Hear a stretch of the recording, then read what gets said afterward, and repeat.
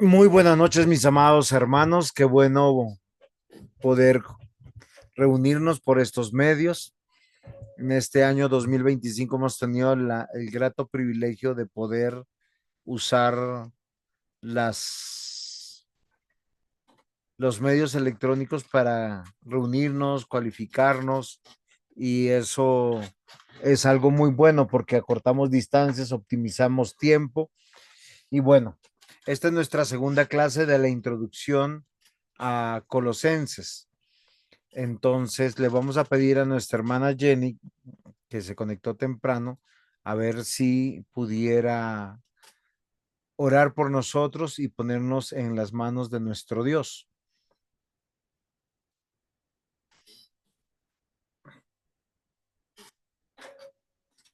Señor Dios Padre Todopoderoso, gracias Señor, te damos por este día, gracias Señor por esta noche que tú nos permites tener, gracias porque Señor tú cuidas de nosotros, Señor, nos provees de acuerdo a tu infinita misericordia, gracias Señor por la vida del pastor, por la clase, permítenos Señor que nuestro entendimiento se abra, Señor, que podamos aprender más de tu palabra, que la podamos aplicar, Señor, y enseñar. Padre, quedamos en tus manos. Gracias por los hermanos que se han conectado y los que se van a conectar.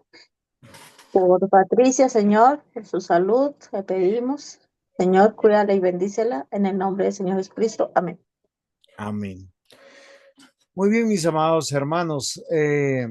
Para los que están recién viendo cursos de teología y están poniéndose al tanto de estudiar, yo quiero comunicarles que normalmente hacemos es una introducción. ¿Qué es una introducción? Es dar algunos tips, parámetros para poder abordar el estudio serio de la palabra de Dios. Como les decía, el que desea, o mejor, voy a tratar de compartir por el grupo para que nosotros podamos tener el manual de Colosenses, si les parece, y ustedes los que deseen estudiar, pues me avisan, presentan sus tareas, los que están estudiando es parte de su programa de estudio. Entonces, normalmente la introducción a cada uno de estos cursos es para hacernos pensar, para que nosotros pudiéramos considerar cosas fundamentales que tenemos que aprender. Y nosotros hoy, yo quiero pedirles a sus mercedes que estemos muy concentrados tomando nota, porque nosotros dimos en la primera clase un contexto histórico, quién era Pablo, cómo se escribió, desde dónde se escribió, las circunstancias de la iglesia, cosas que son importantes saber cuando uno abre un libro de la Biblia. En esta oportunidad vamos a darles una clave de estudio. Vamos a estar basados sobre una clave de estudio que se llama la cristología. ¿Qué quiere decir esto? Que tenemos que encontrar en los textos bíblicos fundamentalmente a Cristo. Ahora, normalmente podemos hallarlo de tres maneras. La primera manera es de una manera directa, una manera clara, donde el texto dice, en Cristo estáis completos. Obviamente es entendible eso. Una segunda manera de encontrar a Cristo es cuando el texto no lo dice, pero sin embargo nosotros entendemos y comprendemos que se está hablando de él. Cuando nosotros vamos a Colosenses, capítulo 1, nosotros encontramos y hacemos este ejercicio, porque hay personas que nos dicen cómo leer las escrituras, qué hacer. Entonces, nosotros tenemos que mirar, por decir en el primer versículo dice, Pablo, apóstol de Jesucristo por la voluntad de Dios, y el hermano Timoteo. Ahí está de manera directa, clara, evidente. que Cristo está revelado enfáticamente. Cuando nosotros consideramos en el versículo 3, siempre orando por vosotros, damos gracias a Dios, Padre de nuestro Señor Jesucristo. Ahora, acá es algo muy interesante porque aunque encontramos la palabra Jesucristo, él uno puede inferir que nosotros, cuando dice Pablo que está con Timoteo orando por la iglesia, dando gracias a Dios Padre y a nuestro Señor Jesucristo.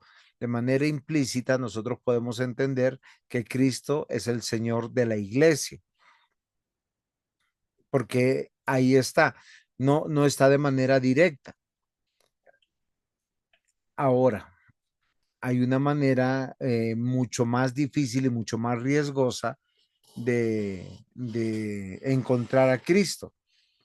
Cuando nosotros alegorizamos o no está tan claro dónde está Él. Entonces, esto es muy importante. Nosotros tenemos que encontrar a Cristo en el contexto.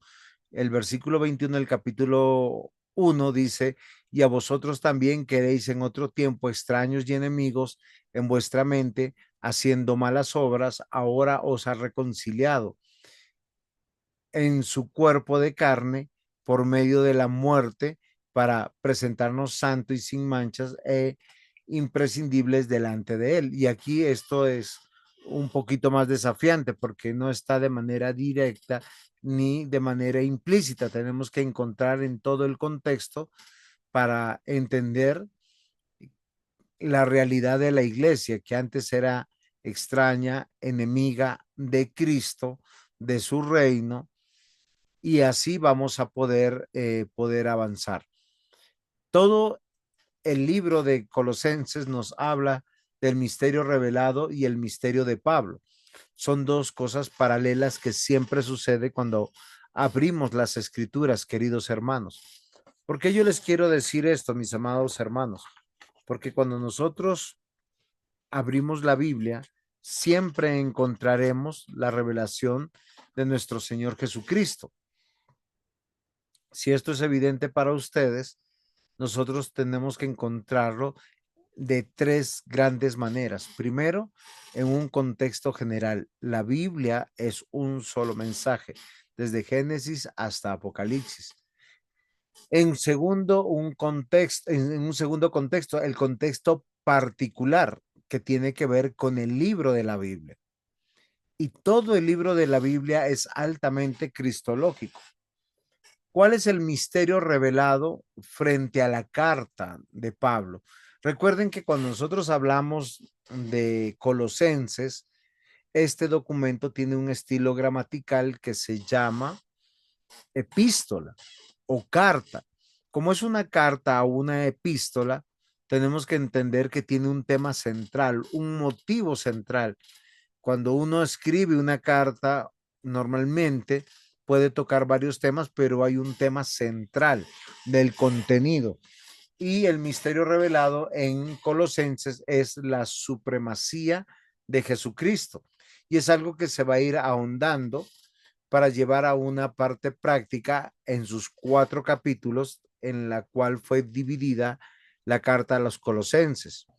Yo quiero que nosotros sepamos que normalmente todas las cartas del Nuevo Testamento eran parte de la liturgia de la iglesia apostólica, posapostólica, después de que se escribió claramente, y se compartían y se hacían copias, pero se leía completamente para luego meditarla a veces por horas en el día del Señor.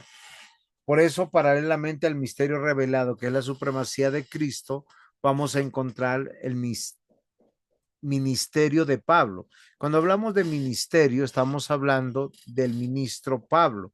Y cuando hablamos del ministerio y el ministro Pablo, estamos hablando del siervo. Vivir por todo y en todos para Jesucristo. Por esto, la vida cristiana y el cristianismo difiere totalmente de cualquier otra religión, aun cuando estas religiones se quieren apalancar en la Biblia y hablan de Dios Padre, Dios Hijo, Dios Espíritu Santo.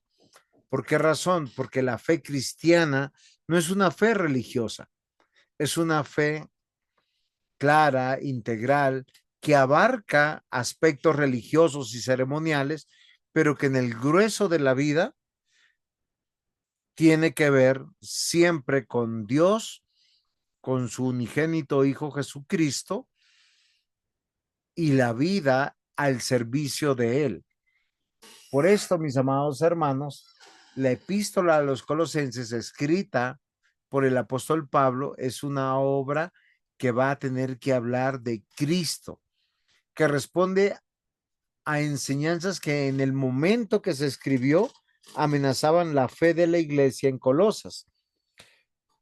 De las amenazas que tenía, son las mismas amenazas que hoy en día también tenemos, por decir el sincretismo.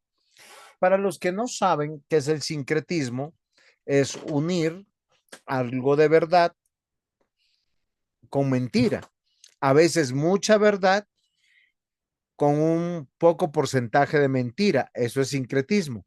O puede ser mucha mentira con algo de verdad. Sigue siendo sincretismo.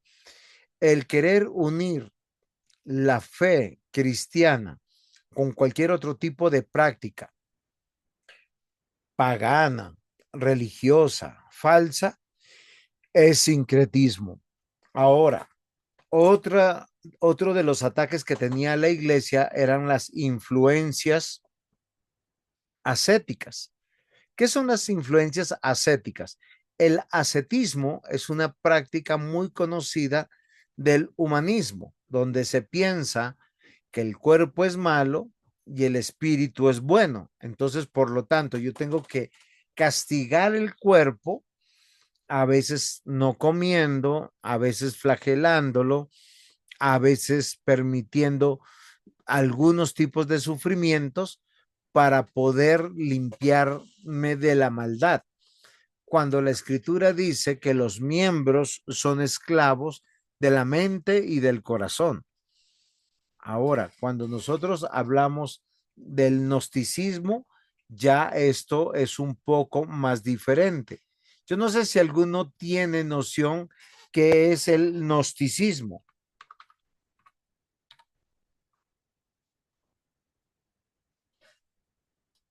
¿Alguno de los que está aquí sabe lo que es el gnosticismo?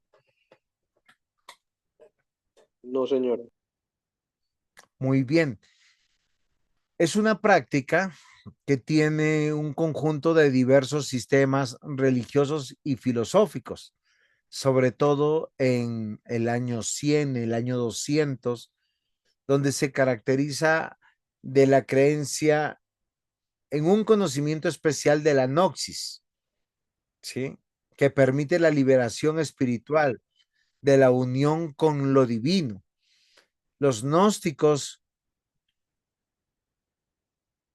prácticamente nos dicen que toda la creación es imperfecta y está bajo poderes inferiores y que nosotros tenemos que trascender a través del conocimiento. Y el conocimiento es el secreto, la revelación que permite la salvación. Y esto se va a llevar a otros diversos ismos o desviaciones como el dualismo, donde busca esa lucha entre el bien y el mal que nosotros hoy tenemos. Entonces, estos ataques que nosotros vimos que la iglesia tuvo en los tiempos del apóstol Pablo y la iglesia de Colosas y otras iglesias del momento, pues tienen que ser combatidos al entender quién es Jesucristo. Y eso es fundamental, porque el mensaje de Jesucristo cambia cualquier cosmovisión. Fíjense que una de las peleas en Éfeso era, sí, aceptamos a Cristo, pero hay que aceptar también a la diosa madre. ¿Ustedes se acuerdan cómo se llamaba la diosa de Éfeso?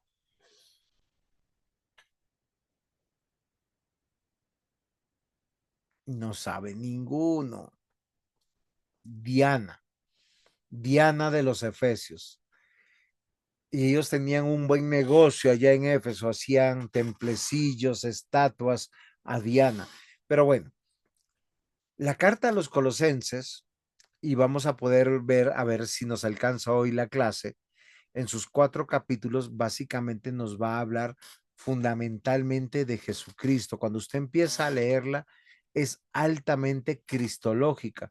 Y Pablo presenta a Cristo como la imagen perfecta de Dios, no simplemente una representación, sino la manifestación visible del Dios invisible. El término primogénito que es tratado en Colosenses no implica que Cristo fue creado, sino que tiene preeminencia sobre toda la creación. Y recordemos que Él no solamente es el primogénito de Dios, sino el unigénito Hijo de Dios. Y eso tiene una gran claridad para nosotros. Ustedes saben qué claridad nos da unir estos dos títulos a la persona de Cristo, primogénito y unigénito.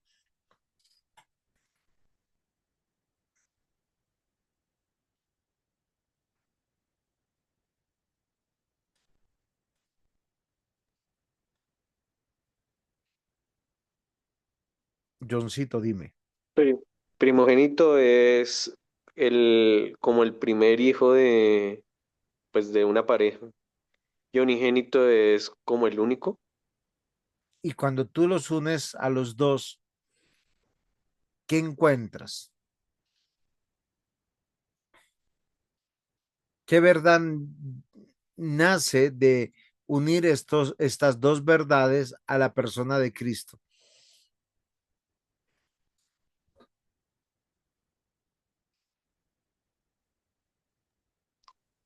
Que es el único hijo, pues en este caso de Dios, y que tiene como ese don de ser el primero y el único. O sea, que no hay nadie más aparte de él.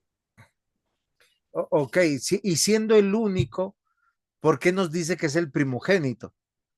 Porque esto es muy interesante para poder dar respuesta a muchas personas que niegan la Trinidad o que niegan que está Dios Padre, Dios Hijo y Dios Espíritu Santo.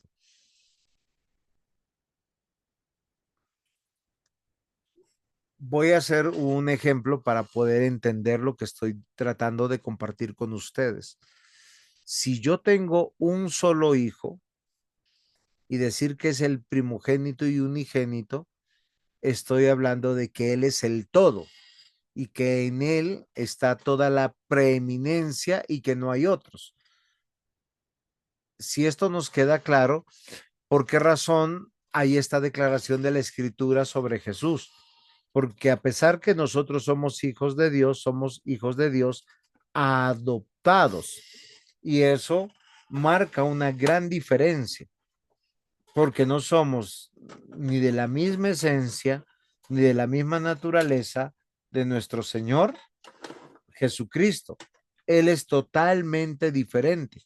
Y Colosenses lo va a presentar de una manera clara y evidente, entendiendo que el redentor es la imagen invisible de Dios, o sea que nosotros nunca veremos a Dios Padre, porque Dios Padre es espíritu y la Biblia dice que nadie lo va a ver. Todo lo contrario, lo que nosotros encontramos en las escrituras es que Cristo como redentor es el agente de nuestra liberación espiritual. Él como verdadero Dios y verdadero hombre, su sangre es el medio por el cual somos perdonados y reconciliados por Dios. En otras palabras, la legitimidad de nuestra adopción pasa porque Él nos compró con precio de sangre. Y esto es muy importante. lo encontramos en Colosenses capítulo 1, versículos 13, 14, Colosenses capítulo 1, versículo 15, y cuando avanzamos a los versículos 16 y 17, encontramos que Cristo es la supremacía de toda la creación, porque nosotros encontramos que no solamente participó en la creación, todo fue hecho para Él. Él es el origen, el propósito y sustentador del universo. Y cuando hablamos del universo, no estamos diciendo de este universo, sino de todo lo creado y de todo lo que el hombre ha podido descubrir que existe. Y eso es fundamental para nosotros, para hacernos entender que Jesucristo es verdadero Dios y la razón de tu vida, de mi vida, de tu economía, mi economía, de tu descendencia, de tu matrimonio, de tu empresa, es Cristo. ¿Por qué? Porque todas las cosas fueron hechas por Él y sin Él nada fue hecho. Y a su vez, el versículo 18 nos añade que Cristo es la cabeza de la iglesia. Por eso nosotros cuando vamos a Colosenses 1, 19 y 20 encontramos, más allá de una declaración de que Él es el todo, dice aquí de la siguiente manera, y Él es la cabeza del cuerpo que es la iglesia, el que es el principio, el primogénito de entre los muertos, para que en todo tenga preeminencia, por lo cual agradó al Padre que en él habitase toda la plenitud y por medio de él reconciliar consigo todas las cosas, las que están en la tierra como las que están en el cielo, haciendo la paz mediante su sangre. Y esto es bastante fuerte, mis queridos hermanos, para que nosotros lo podamos entender, leer. Cuando vemos Colosenses y decimos que vamos a usar la clave cristológica y encontrar casi cada uno de sus renglones del texto, nos va a hablar de que en Cristo se encuentra todo el poder divino. Por medio de Cristo Dios hizo todo el universo y es para Él, absolutamente para Él. Entendiendo esto, el capítulo 1 va terminando con algo fundamental en Colosenses 1, 27 y 28, porque cuando nos acercamos a estos últimos versículos, claramente nos dice que lo único que tenemos es, si tenemos fe en Cristo, tenemos esperanza, porque Él es el que nos permite tener conocimiento. Nuestra mente es renovada, nuestra perspectiva de la vida cambia. Y eso es algo fundamental para nosotros. Cristo no solo es el objeto de adoración, sino la esperanza viva que habita en los creyentes. Y Pablo lo proclama como el centro del mensaje apostólico. Y es algo que nosotros tenemos que meditar, porque a veces nos gastamos en la vida preocupados, angustiados, y nos olvidamos la importancia de la palabra de Dios que nos presenta Cristo. Y como yo les decía, estos 4 capítulos, cuando nosotros hacemos un estudio bíblico, tenemos que partir de algo fundamental, mis queridos hermanos. Y esto es la clave cristológica. Es como nosotros podemos aplicar una hermenéutica adecuada. Colosenses 1 presenta una cristología muy elevada, diferente a cualquier otro libro de la Biblia. Tal vez para la siguiente clase me gustaría que ustedes se leyeran los 4 capítulos de Colosenses, porque no solamente es una cristología elevada la que encontramos, Cristo es preeminente en todo. Él es el redentor, creador, sustentador, cabeza de la iglesia, reconciliador universal. Y esta visión de Cristo no solo inspira adoración, sino que fundamentalmente me cambia la razón de mi existencia. Cuando pasamos al capítulo 2,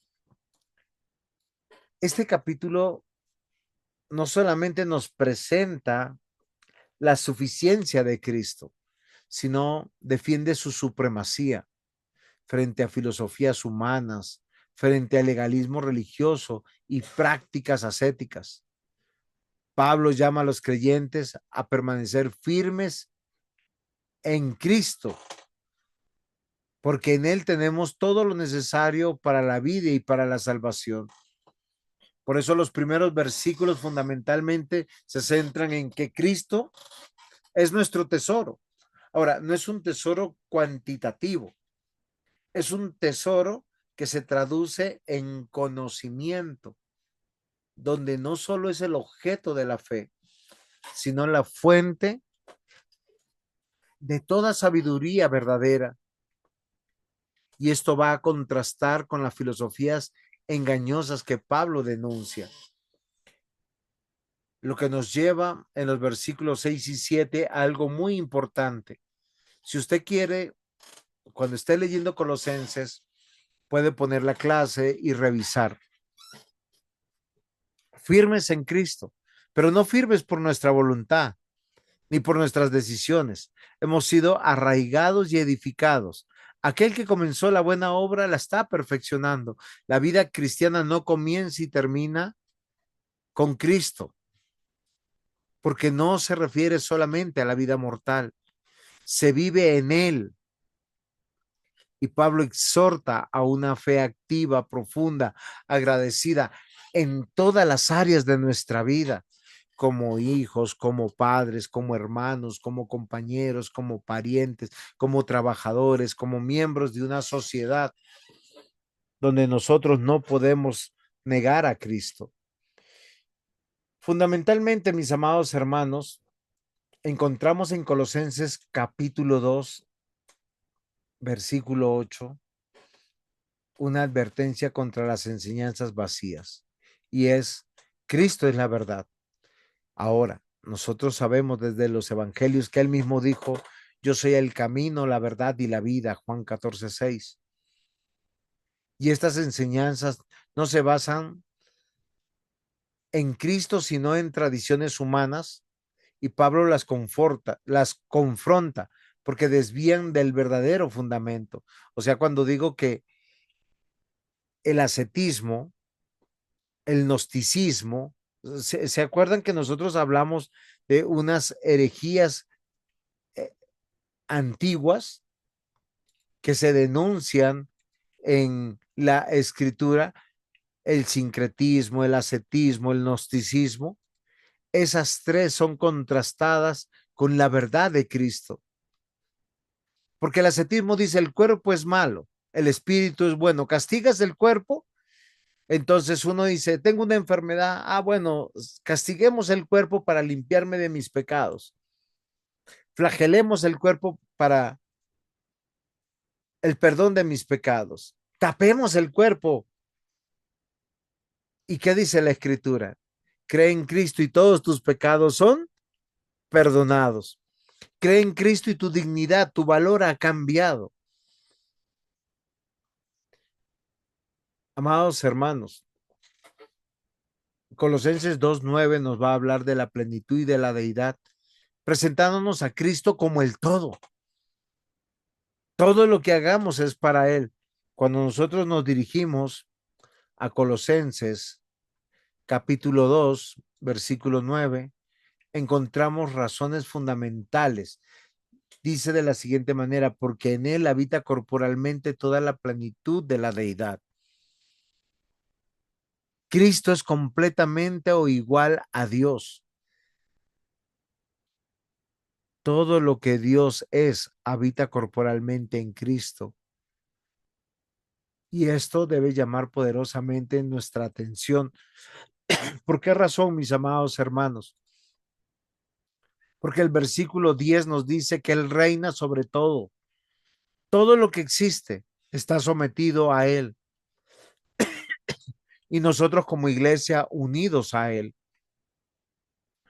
La salvación no es una idea de fe religiosa, donde en algunas fechas yo me acuerdo de ser cristiano.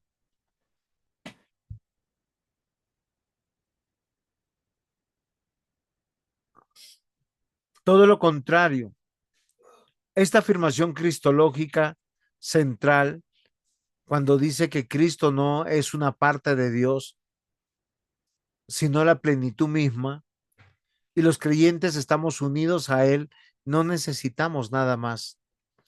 Seamos ricos o seamos pobres, estemos saludables o con algunas enfermedades, estemos jóvenes o ancianos, en Cristo estamos completos.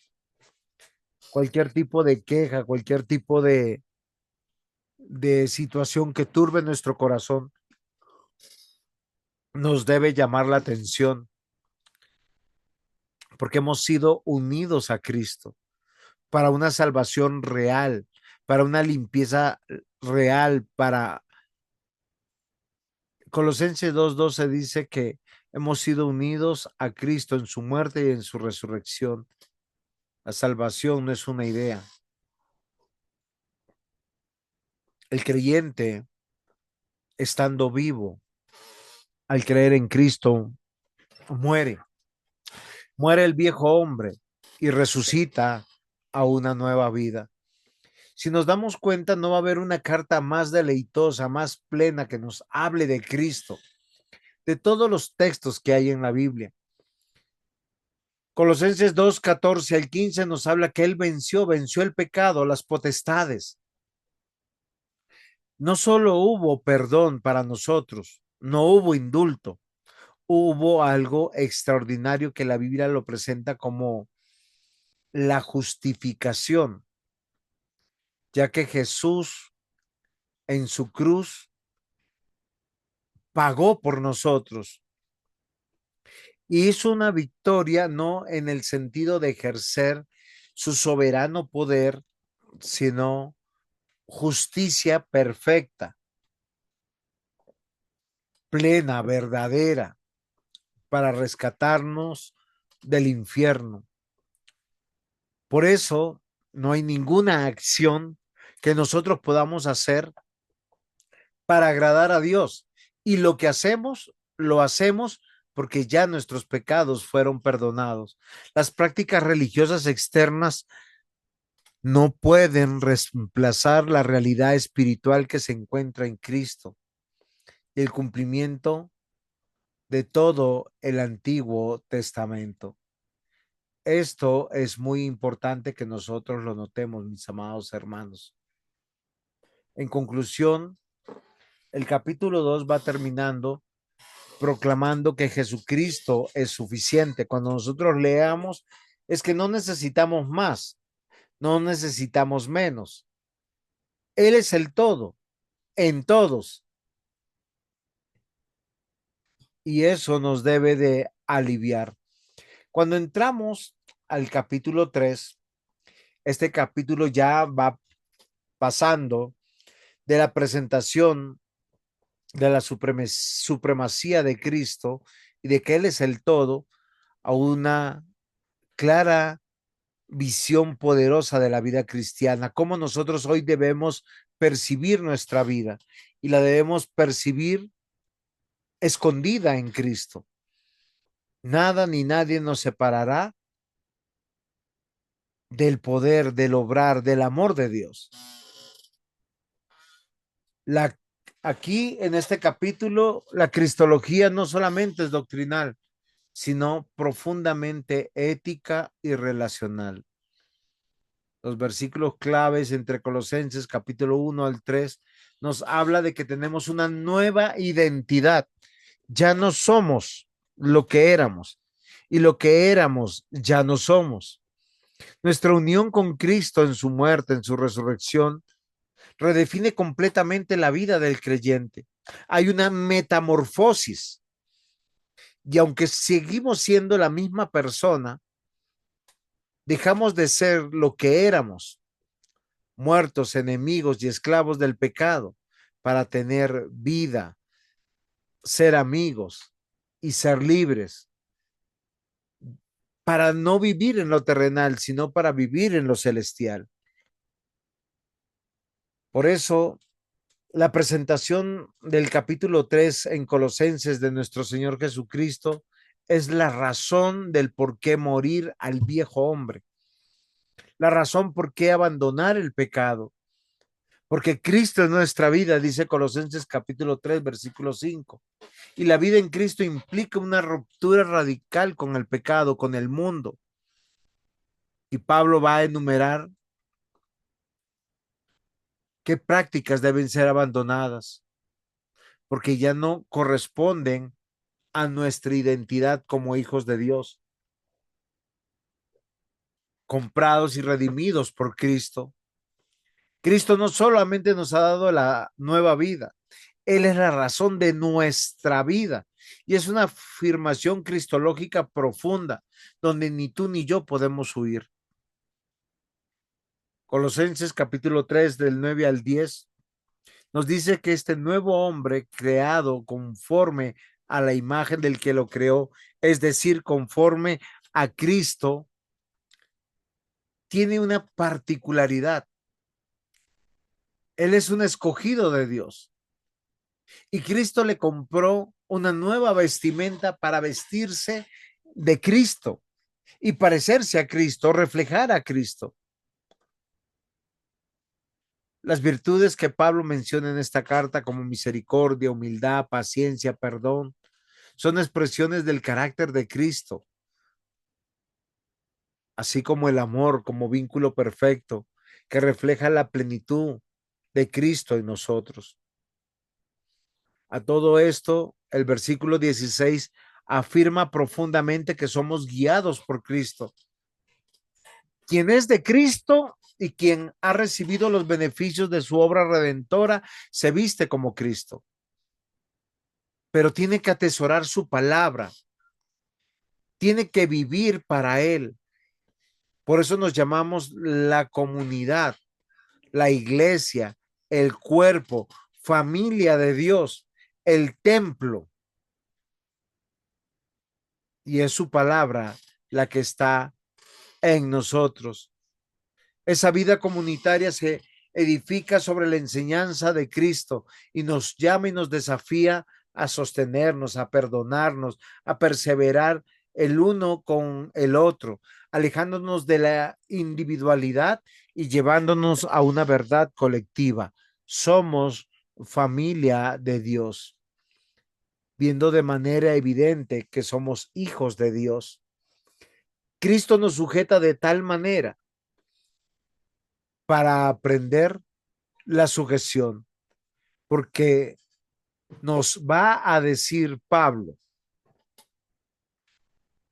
algo fundamental, instrucciones, cómo nosotros tenemos que vivir, afectando el hogar, el trabajo, las relaciones sociales.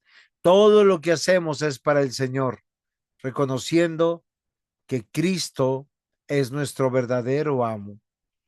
En conclusión, el capítulo 3 termina presentando: si soy de Cristo y Cristo murió por mí, vivo para Cristo.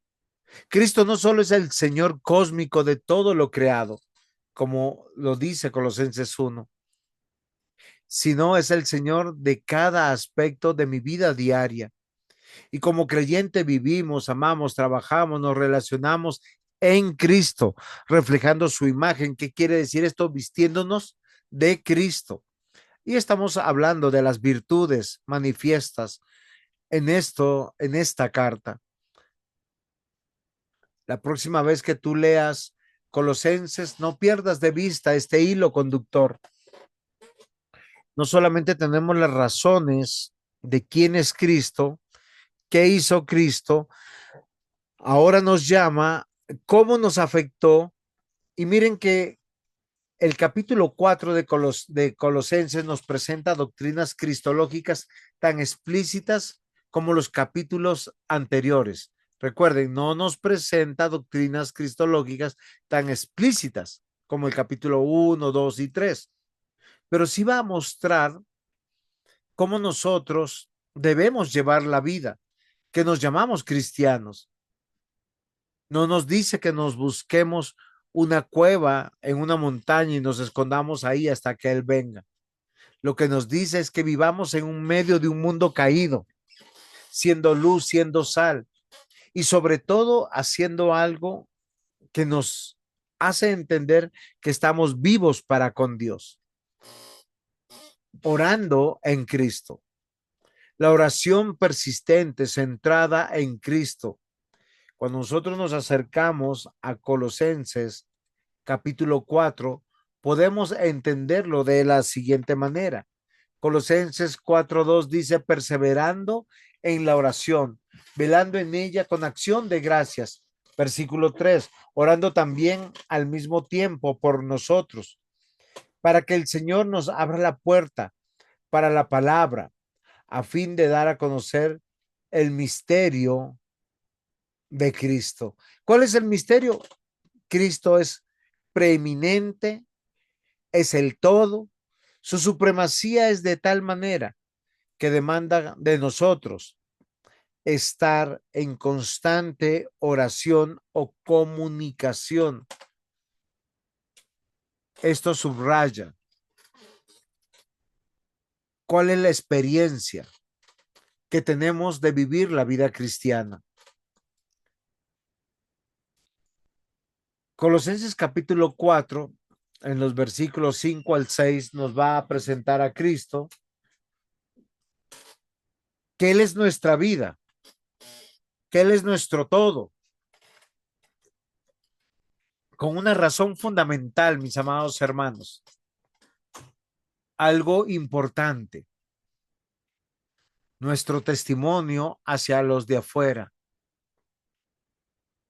Cuando ellos nos ven pensar, resolver, decidir bajo los principios de la sabiduría de la palabra de Cristo, lo cual nos va a llevar a andar sabiamente, lo cual nos va a llevar a redimir mejor el tiempo, pero también lo que nos va a llevar a expresar mejor esa salvación que nos ha sido dada. Cuando decimos que Cristo es nuestra vida, estamos diciendo que cada día en todo lo que hacemos o dejamos de hacer, los cercanos y los lejanos deben ver a Cristo. Algo que Colosenses capítulo 4 va a enfatizar en los versículos 5 al 7, porque Pablo en medio de su ministerio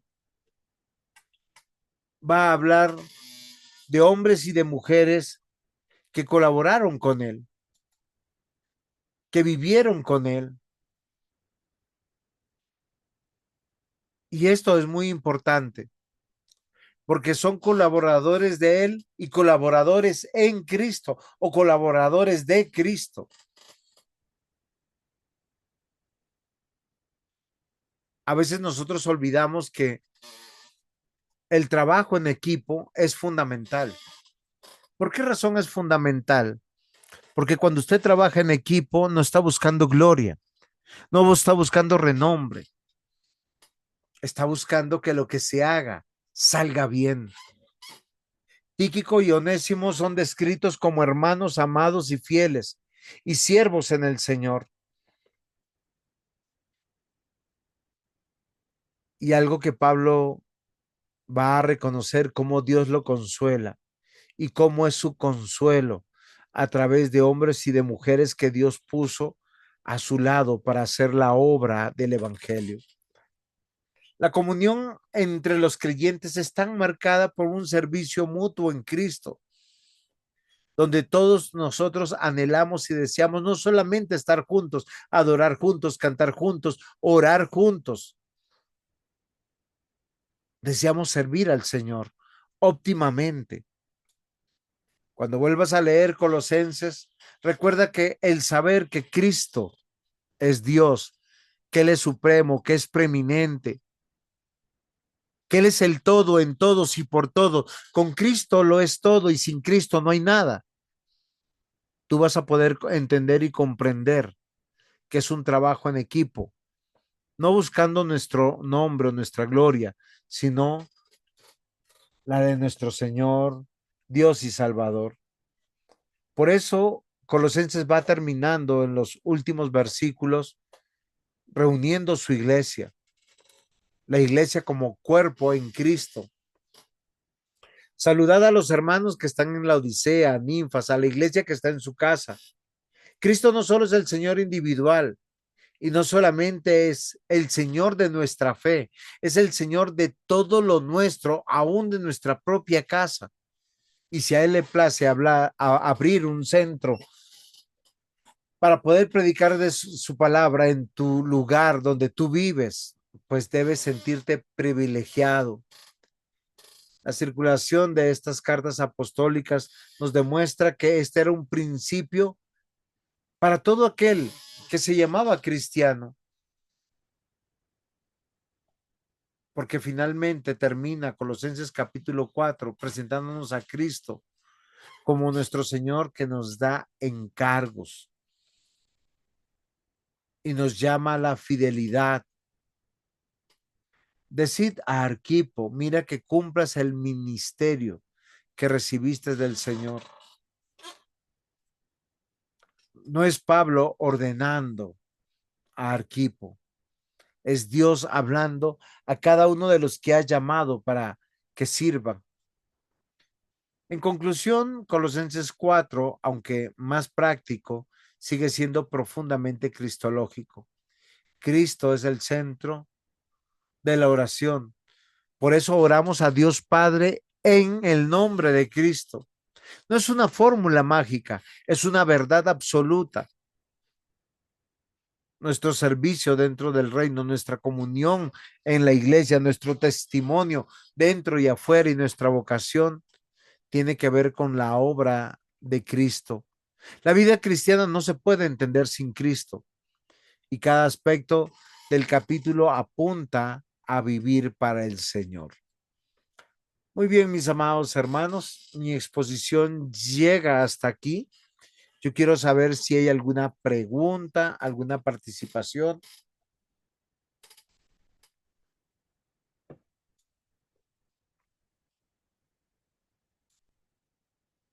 algo que no quedó claro, una clave teológica para poder leer cualquier escrito es buscar a Cristo.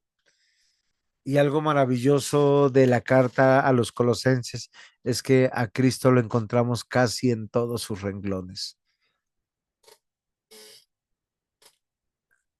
¿Preguntas? ¿Aportes? Cuéntenme.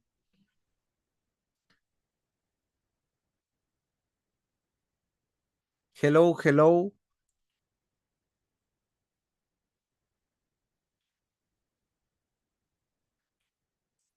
No, señor. Muy bien, ¿todo quedó claro o todo quedó confuso?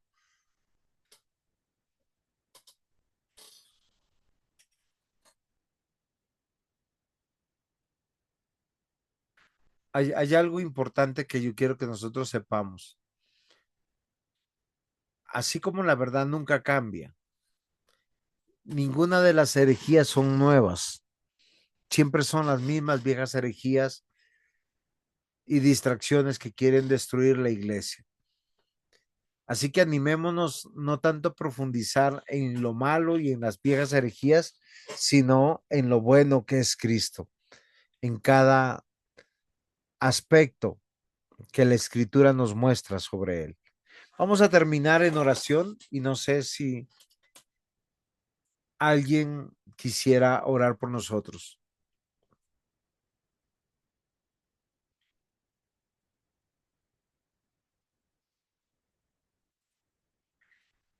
Mi hermano John, ¿ya llegarías a casa para orar por nosotros?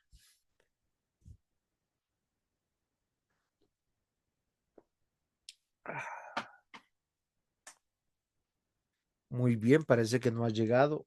Entonces, ¿quién se anima? Abra su micrófono.